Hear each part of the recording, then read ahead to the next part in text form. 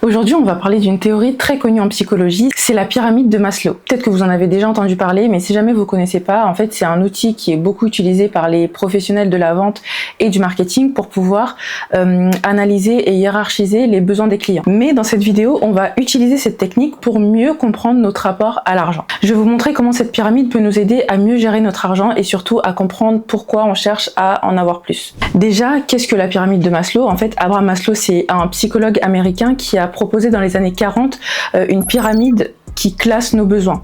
Donc on va partir des besoins les plus élémentaires pour remonter vers les besoins d'épanouissement personnel. Et en marketing, on peut s'en servir pour comprendre quels besoins une publicité va chercher à activer.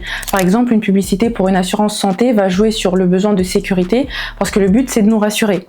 Une publicité pour une voiture de luxe, elle va chercher plutôt à toucher le besoin d'estime et de statut social parce que là, l'idée de la posséder va nous valoriser aux yeux des autres. L'argent lui-même, il nous rend pas forcément heureux, mais en fait, il nous permet de répondre à ces besoins-là. Et quand on comprend la pyramide, on comprend aussi mieux comment utiliser notre argent intelligemment et à quoi il peut nous servir à chaque étape. Et surtout, ça nous évite de faire des erreurs financières comme dépenser notre argent pour pouvoir impressionner les autres alors qu'on n'a même pas de quoi se protéger contre les imprévus. Déjà, le niveau 1, c'est les besoins physiologiques. Ça, c'est la base, manger, boire, dormir, respirer, se reproduire, etc. Bref, tout ce dont on a besoin pour vivre. Ces éléments, ils vont constituer le socle de la pyramide et sans ça, c'est impossible de passer aux étapes supérieures.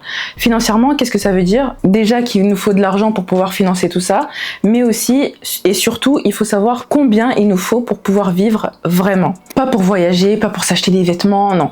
Juste pour pouvoir vivre. Et ça, beaucoup de gens ne le savent pas. Si vous avez besoin de 1200 € pour vivre, il faut que cet argent soit sécurisé et qu'il arrive tous les mois sans exception. À ce stade-là, le but c'est pas d'investir son argent ou de le faire grossir, c'est juste d'assurer le quotidien.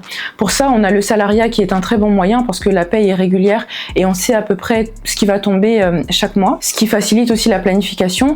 Et quand certaines personnes quittent le salariat pour l'entrepreneuriat, c'est souvent parce qu'elles arrivent déjà à avoir au moins ce dont elles ont besoin pour vivre tous les mois et ensuite elles cherchent à générer plus. Donc ça, c'est le socle, c'est le premier palier de la pyramide. Ensuite, on a le deuxième niveau, donc là, c'est le besoin de sécurité.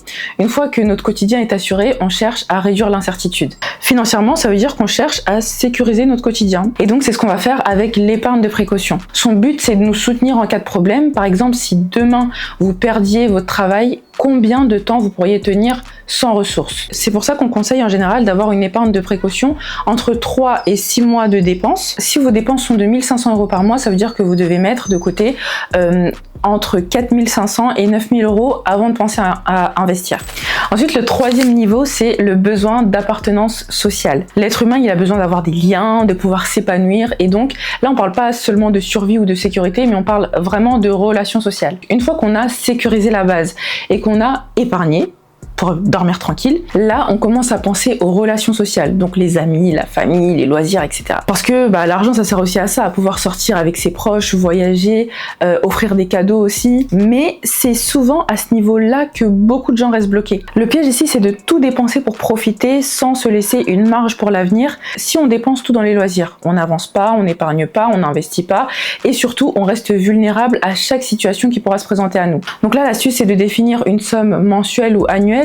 Comme ça, vous pouvez profiter avec un budget défini sans compromettre vos objectifs. Le quatrième niveau, c'est le sentiment de réussite. Donc là, on parle de reconnaissance, d'accomplissement. C'est un des besoins secondaires essentiels pour l'épanouissement. Financièrement, ça se traduit souvent par des décisions qui marquent un progrès, comme par exemple acheter une maison, lancer un projet, investir pour faire croître son capital. Et c'est vraiment là que ça devient intéressant parce que c'est à ce moment-là que l'argent va commencer à travailler pour nous. Concrètement, si vous avez une épargne de précaution, que vous avez un budget maîtrisé, vous pouvez investir 10 à 20% de vos revenus pour pouvoir construire un patrimoine. Là, notre argent, il sert plus à nous sécuriser, ça on l'a déjà fait.